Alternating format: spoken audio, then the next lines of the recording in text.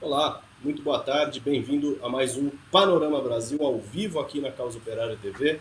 Estamos aí nessa terça-feira, 22 de dezembro de 2020, o ano está acabando e a notícia não podia ser mais assustadora, porque o ano está acabando e a pandemia está no seu pior momento, exatamente. A burguesia toda, os governos atuaram como se a situação estivesse sob controle. Durante as eleições, a pandemia praticamente tinha sido vencida, derrotada, morta, enterrada, e agora o que nós estamos vendo é o crescente número de doentes, o crescente número de mortos e o número reduzidíssimo, já em alguns lugares praticamente nulo, de leitos disponíveis em UTIs para tratar a população. Hoje vamos tratar desses problemas com os companheiros Matheus Vetter e Tiago Assad, respectivamente, em Santa Catarina e no Mato Grosso do Sul. Vão falar sobre essas notícias conosco. E antes, eu quero convidar você que não está ainda a se inscrever na Causa Operária TV, se juntar aqui às quase 90 mil pessoas que curtem, compartilham e acompanham uma programação operária, revolucionária, trotskista, no único canal de um partido de esquerda no Brasil que tem a sua programação ao vivo 24 horas no ar. Não perca tempo. Se você gostar do vídeo, dá aquele joinha, copie e cola o nosso link nas redes sociais, ajude a Causa Operária TV a chegar mais longe. Vou começando com as notícias. Antes da gente tratar dos gerais da pandemia, vamos apresentar aqui alguns temas aí, ainda não relacionados. Peço então para o companheiro Matheus Vetter falar para a gente aqui da notícia de cidades atingidas por temporal, que estão aí numa situação, ao que tudo indica, de extrema necessidade, né? Agora, voluntários e doações. Qual que é a situação no Sul? Matheus. Então, até recomendo aos companheiros que acompanham aqui a Causa Operária TV, o Panorama Brasil, a pesquisarem aí no Diário Causa Operária. A gente tirou uma matéria intitulada Enchentes em SC. Ninguém faz nada para evitar o sofrimento do povo. É uma matéria muito interessante, onde faz uma análise aí sobre essa enchente que aconteceu no Alto Vale do Itajaí, aqui próximo, a 90 quilômetros de Blumenau, na cidade de Presidente Getúlio Vargas, e onde aí foram contabilizados já 21 corpos, né, 21 mortes, e uma série de pessoas que estão enterradas, né? Tem casos aí de famílias que perderam 9 parentes em uma única família, para vocês terem noção. Isso aqui não é um caso isolado, Rafael, cabe destacar isso aqui. O Vale do Itajaí, ele, ano após ano, aí, sofre com as enchentes e enxurradas, e ano após ano a gente vê a burguesia local que comanda as prefeituras locais e o governo estadual não fazer absolutamente nada, né? Eles simplesmente aí esperam chegar a nova temporada de chuva e novos desastres acontecer. A gente inclusive noticiou aqui num panoramas atrás, a prefeitura de Blumenau inclusive deu 10 milhões para a empresa Piracicabana, e enquanto isso aí a população, o governo do estado também está distribuindo dinheiro para os capitalistas, né? Enquanto isso a população está aí sofrendo. A gente vê essa demagogia, por exemplo, que eles estão chamando aí a população a contribuir de forma voluntária, seja com mão de obra ou com doação. Se é para ser assim, Rafael, então não precisa de governo do estado, não precisa de prefeitura, né? Porque quem tem que financiar aí a manutenção da cidade, obras de revitalização e tudo mais com não é um desastre que aconteceu, né? Isso daí poderia ser evitado. Por exemplo, as pessoas não morassem em lugares insalubres, cabe ressaltar isso daí, né? Isso aqui é uma coisa que é causada pela burguesia, não é um desastre natural como a imprensa burguesa ela gosta de destacar, né? Se for assim, então todo ano acontece desastres aqui, desde 1800 que acontece enchente em Blumenau, por exemplo, né? E a gente não vê a burguesia fazendo absolutamente nada. A matéria ela é bem interessante porque a gente justamente destaca aí e destaca que tanto para essa questão da enchente quanto que para a questão da pandemia é necessário a população se organizar, reivindicar o que é seu por direito e só a população organizada vai fazer frente ao poderio da burguesia que é massacrar a população, seja em qualquer situação, né? Nesse caso aí há uma série de questões, a gente destaca que eles estão pedindo para a população doar, inclusive, alimentos. A gente aqui não é trouxa nem nada para acreditar que o governo do estado não tem recurso para pagar, aí, por exemplo, auxílio emergencial e tudo mais para a população, né, Rafael? Isso aqui é cuspir na cara da população. O governo atua como se não tivesse obrigação nenhuma, responsabilidade nenhuma, né? A única responsabilidade que se tem é, naturalmente, para com as empresas, para com a burguesia, os banqueiros, como a gente está vendo na pandemia, né? A grande pressão que existe aí pela reabertura no meio da crise crescente e agora também a pressão pela obrigatoriedade da vacina, né? Por em que municípios e estados ganharam aí o poder de reprimir, de instituir o maior número possível de arbitrariedades, né, em função da pessoa que não tenha se imunizado. Vamos falar mais sobre isso. Vou pedir agora para o companheiro Tiago Assad comentar um tema aqui, manchete que mostra, né, a evolução do estado de repressão permanente, do estado policial que se instaurou no país. Olha o título. Mulher que xingou ex-marido e nova namorada no WhatsApp é condenada por injúria. Quer dizer, todos os aspectos da vida social, se a pessoa pensar mal do outro, né, que é direito dela, já estaria aí dando motivo, né, para uma ação judicial. O que mais sobre isso? Tiago, boa tarde. Boa tarde. Esse aqui eu acho que é do E, Matheus, é isso, Matheus? Ela não veio na identificar, verdade, mas tá certo. esse caso aí aconteceu em Floripa. O companheiro Ah, Rafael, eu achei que posso. Eu, eu achei que tivesse sido numa região, numa das regiões agrícolas do país, mas e aí em Floripa, então, o que que houve? Exatamente. Ah, isso daqui é um absurdo, né? Mostra o estado policial que se constituiu o Brasil. A mulher que xingou o ex-marido e a nova namorada pelo WhatsApp é condenada por injúria. O fato aconteceu em fevereiro de 2016. Ela foi condenada, para espanto aqui de vocês, e meu, quando eu li a matéria, a 1 mês e 10 dias de detenção, ou seja, ela foi condenada à prisão por xingar o ex-marido, basicamente isso. Agora foi convertido em uma multa, né? E também eu fiquei até surpreso, em certa medida, porque assim, realmente se você não for Jesus Cristo no Brasil, você pode ser preso por qualquer coisa. Aqui diz o seguinte: ela foi processada pelo Código Penal número 140, ele prevê o seguinte: injuriar alguém, ofender-lhe a dignidade ou o decoro.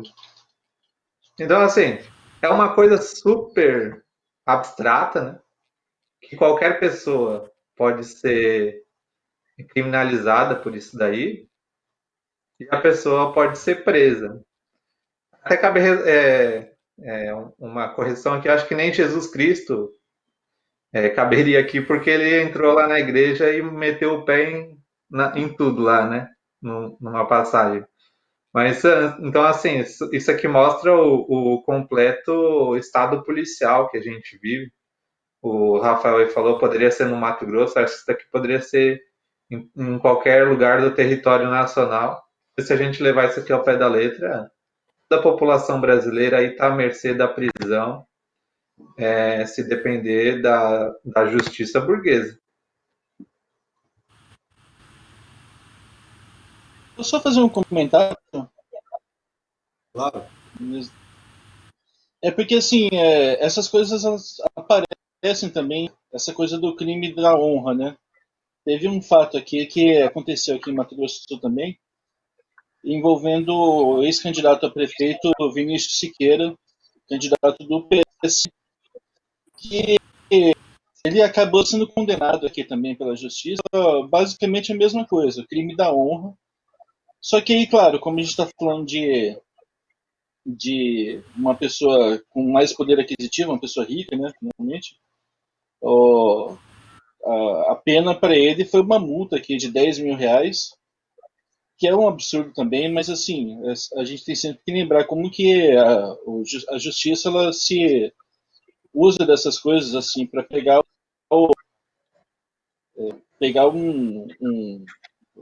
uma coisa abstrata, assim, crime da honra. O que seria isso? Uma coisa totalmente indefinida, genérica.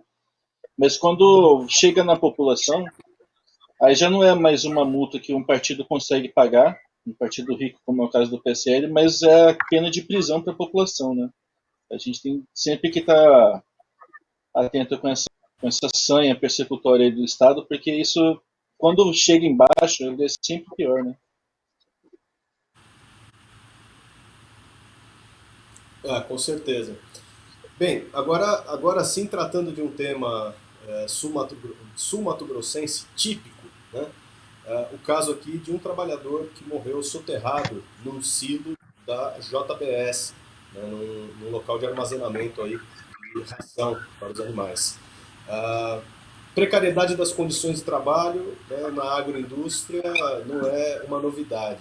A questão é que isso daí está concentrado no Mato Grosso do Sul de maneira exacerbada. Tiago, é contigo. Esse trabalhador, o nome dele é Jair Pinheiro da Silva, tinha 43 anos e foi isso, ele caiu lá no silo e acabou morrendo soterrado.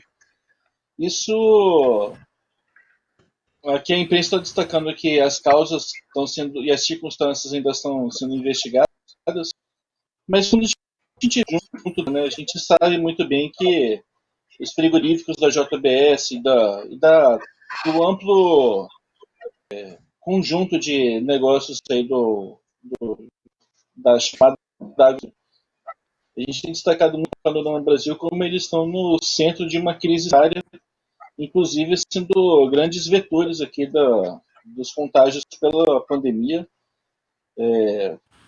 Casos recorrentes de vazamento de gás amônio, gás, enfim, a insalubridade mesmo, a situação extremamente precária em que esses trabalhadores estão submetidos, eles acabam se refletindo aqui também em mais essa tragédia anunciada que foi a morte desse trabalhador, né? Que aí vai a resposta do poder estatal em relação a isso, todo mundo já sabe qual que vai ser. Não, a empresa vai continuando aí um conglomerado aí bilionário, porta para o mundo inteiro. Tem capital extremamente rico, a população vai continuar dependendo naturalmente do Estado burguês, vai continuar se submetendo a trabalhar nesses ambientes extremamente insalubres aqui, mortais. Esse caso aqui ele é muito recorrente também em outras localidades, no Mato Grosso, no Centro-Oeste, de uma maneira geral. As mortes por,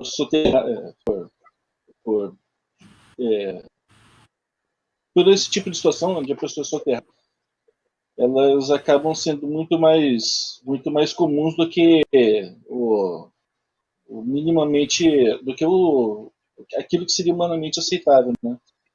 Mostrando que é um caso mesmo, a palavra mais certa para destacar isso aqui seria o absoluto descaso da burguesia com a classe trabalhadora, que tende a aumentar ainda mais conforme a crise econômica evolui e o desemprego aumenta, enfim, a gente tem toda uma situação aqui onde o trabalhador é cada vez mais descartável para a burguesia e que só pode ser efetivamente superado com a mobilização dos trabalhadores, porque o carinho que a imprensa está destacando aqui da Polícia Civil fazer alguma coisa, o Poder Judiciário fazer alguma coisa, ninguém vai fazer nada, como não fez até hoje, né?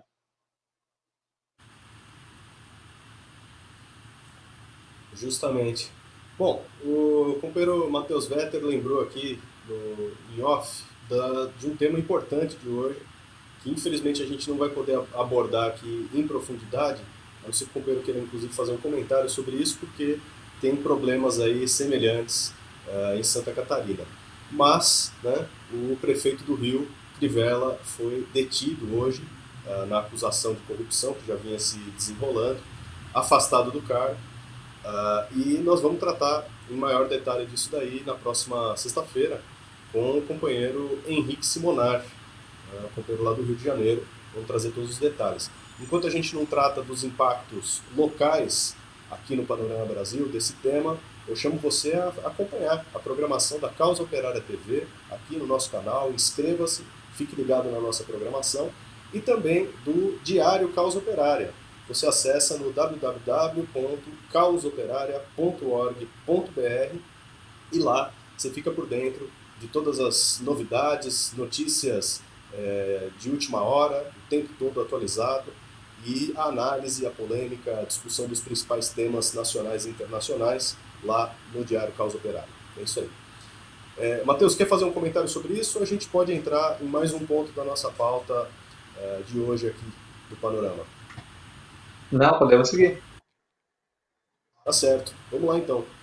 Ah, vamos ver se é cedo para a gente entrar no nosso tema do dia, tema quente. Ah,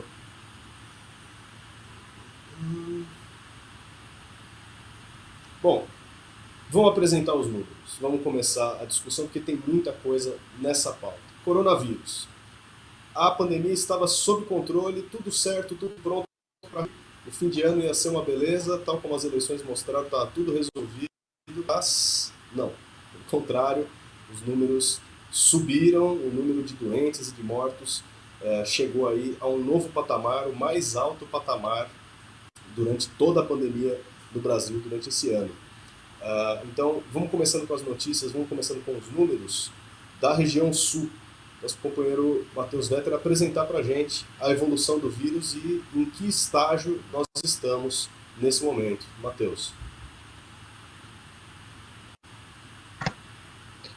Bem, na região do sul, todos os estados aí, eles estão em alta, né, do coronavírus. Santa Catarina, desde o início da pandemia, nessa última semana, ela bateu pela primeira vez 30 dias, ou seja, um mês, em alta constante. Não teve nenhum dia de queda, nem nos finais de semana, que geralmente tinham, né, por conta dos cartórios e tal. E Santa Catarina, ela atingiu aí os 4.771 mortos. Vamos atingir os 5.000 provavelmente antes do final do ano, da virada do ano, porque só no dia de ontem foram 78 mortes e 463.732 casos confirmados de coronavírus, sendo 2.500 só no último dia. Joinville é a cidade com maior percentual de casos, são 40.795, seguido de Florianópolis com 40.065 e Blumenau com 24.900 e 26. Então, aí as 3 principais cidades do estado, né, em ordem, inclusive, Joinville, Floripa e Blumenau, elas são que registram o maior número de casos de coronavírus. Com toda certeza, Florianópolis vai ter um grande aumento, porque estão vindo aí as férias, né? Muita gente. Isso é uma coisa interessante, inclusive, Rafael. O governo do estado ele liberou totalmente, né? Os hotéis e tudo mais, como a gente noticiou aqui, as praias. Agora eles permitiram até o não usar máscara nas praias. Então vai ser uma abertura total, né? A imprensa burguesa, inclusive, de uma forma cínica, o NSC tirou uma coluna aí, onde a manchete era Santa Catarina. Existem 2 Santa Catarinas, né? A real e a do governo do estado. Né? A real é essa que está há 30 dias com aumento de coronavírus, quase 500 mil infectados e 5 mil mortes. E o do governo do estado, onde ele está liberando tudo. Escola volta dia 18 de fevereiro, os hotéis podem funcionar com 100% de lotação, as casas noturnas podem funcionar. Então, basicamente tudo está funcionando normalmente. Inclusive, a gente sente aqui no estado, né, com familiares, amigos e tal, muita gente se deslocando para o litoral como se nada tivesse acontecendo. As casas e tudo mais de veraneio estão alugadas e tudo mais. A cidade de Blumenau mesmo está mais vazia, já que o normal. Então, é isso, lógico, isso daí é fruto da campanha do governo que tudo está normal, né? A campanha, inclusive, é meio estranha, porque eles vendem a questão da vacinação, mas não tem vacina no Brasil, né? Como se o negócio fosse melhorar por causa da vacinação e tal, tudo vai voltar ao normal em 2021, mas eis que o Brasil não tem vacina. Então é muito contraditório isso daí. Inclusive tem uma matéria nesse sentido que eu destaquei, Rafael e Thiago, que mostra o cinismo da imprensa burguesa, né? Que eles falam o seguinte: criaram aqui uma nova forma de quarentena, Rafael. Quarentena voluntária do fim de ano pode reforçar viés de baixa do coronavírus em Blumenau. Porque o que acontece? O que seria a quarentena voluntária? Blumenau, como todo mundo sabe, é uma cidade essencialmente operária. Então, as fábricas elas fazem férias coletivas no final do ano. Então, basicamente, que a cidade esvazia e vai para o litoral. Itajaí, Penha, Florianópolis, todas essas cidades do litoral. Então, tradicionalmente, é uma cidade muito morta nesse período do ano. Isso daí seria a quarentena voluntária. O pessoal não vai estar em Blumenau, mas o coronavírus vai continuar atuando normalmente nas praias, aí o pessoal vai voltar infectado, né? A não ser que a gente também presume que talvez o coronavírus, como acontece na eleição, Rafael, no litoral ele não vai, né? Ele chega até uma parte só. Mas eu acho que não funciona assim, né?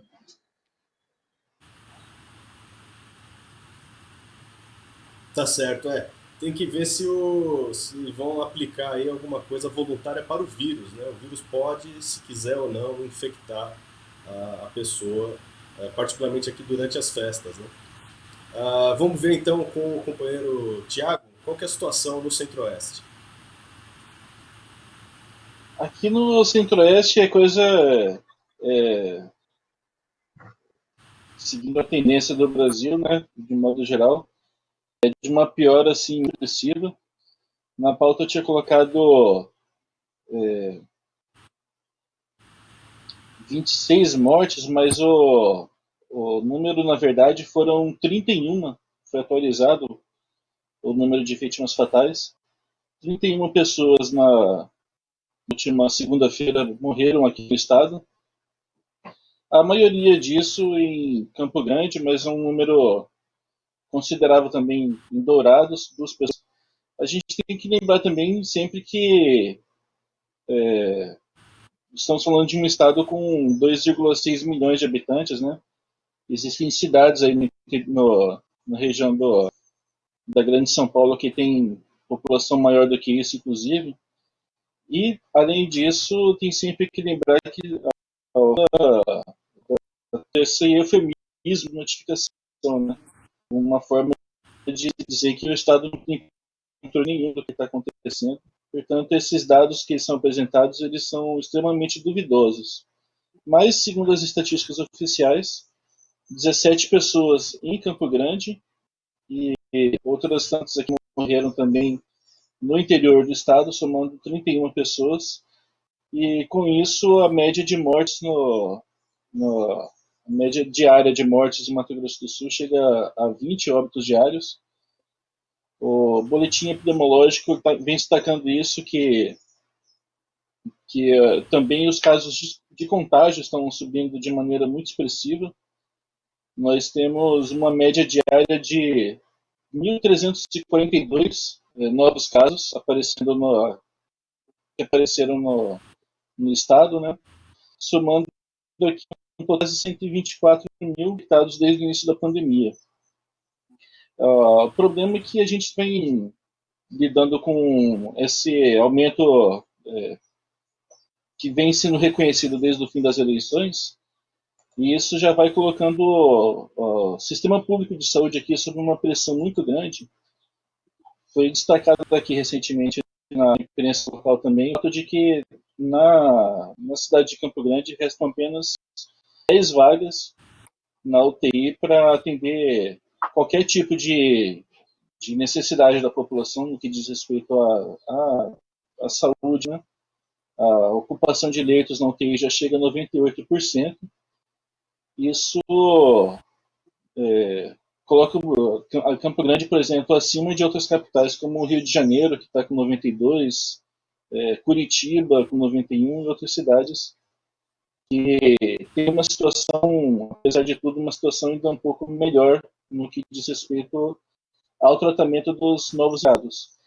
A gente vai vendo, então, isso, apenas para tratar pacientes de qualquer natureza, que necessitem de um tratamento intensivo, e uma média diária de mais de 1.000 contágios, e inclusive uma média de mortos superior a isso, a gente vê que vai terminar aqui o ano de 2020 e o poder público continua na mesma inércia absoluta que a gente viu no começo do ano, demonstrando que, de uma maneira, por outra forma também, que o regime de interesses que está prevalecendo no Brasil é frontalmente contrário à vida inclusive à vida da população. E isso leva aqui a esses casos cada vez mais expressivos aqui da crise sanitária. Não sei se era o caso de eu já fazer a comparação com o outro problema que a gente tem aqui. Seria o caso? Sim, vamos ver de conjunto, porque a informação é de que para cada vítima da pandemia, da epidemia de dengue, né, que nunca foi superada, nunca foi erradicada em toda a região centro-oeste, né, você tem a dengue atacando aí, consumindo desde o Planalto Central, desde o plano piloto de Brasília até todas as regiões da região centro-oeste, chegando aí até o Mato Grosso do Sul. No Mato Grosso do Sul, para cada vítima de dengue, nós temos 49 mortes do coronavírus. É isso mesmo? Esse é outro problema que a gente tem aqui, a região centro-oeste, de modo geral, o Cerrado e o Pantanal também, eles têm essa característica de um calor muito intenso nessa época do ano, né? Isso aliado com as péssimas condições da infraestrutura, da infraestrutura sanitária mesmo, né? Cria um ambiente mais que perfeito aqui para a dengue, né? Para a proliferação da dengue. E além dessa situação mais ou menos nova aqui, trazida pelo coronavírus, a gente tem ainda essa outra pressão que é a dengue. Ao longo do ano aqui já foram 71.945 notificações de dengue. O número de mortes registradas, ele é menor um pouco, mas assim, isso aqui é outro fenômeno que inclusive é conhecido, que até o momento foi notificados apenas 2 mortes, mas alguns companheiros que lidam com a saúde pública já chegaram a informar a gente que o número real, na verdade, ele é algo entre 10 a 16 vezes o que é notificado, porque como existe essa defasagem entre aquilo que os reais e aquilo que realmente vai para os postos de saúde, e enfim, do controle mesmo das organizações de saúde, esse fenômeno da subnotificação já aparece inclusive numa doença muito conhecida do Centro-Oeste, numa epidemia, desculpa, muito conhecida aqui do Centro-Oeste, que é a dengue. Tradicionalmente ela é muito letal.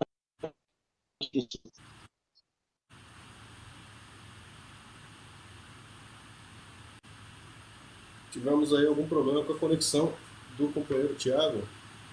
Então, como o nosso tempo está acabando, com a licença dele, peço para o companheiro Matheus Vetter falar sobre o último tema, a greve dos profissionais do SAMU em Joinville, porque finalmente, né, as medidas que o governo toma, quando muito, né, atuam aí de maneira emergencial, mas deixam, né, forçam os trabalhadores da saúde a trabalhar, né, dobrado, triplicado, pelos mesmos salários de sempre, pelos mesmos salários baixíssimos de sempre. Qual a reivindicação dos profissionais do SAMU em Joinville? Matheus.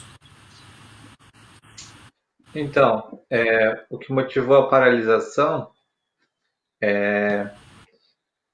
o pagamento de baixos salários, como o companheiro falou, eles estão sem reajuste há 3 anos. E sem 13º também.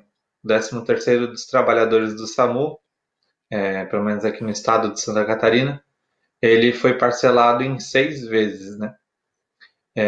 Cabe ressaltar a demagogia também da burguesia nesse sentido, que eles ficam fazendo aquelas matérias cínicas de que os trabalhadores da área da saúde são verdadeiros heróis e tal. Consideram vários setores da economia como sendo setores, como é que eles falam, essenciais, né? Para que não permita fazer greve, para que se reabra, como é o caso por exemplo, dos professores, né, da educação, que aqui em Santa Catarina foi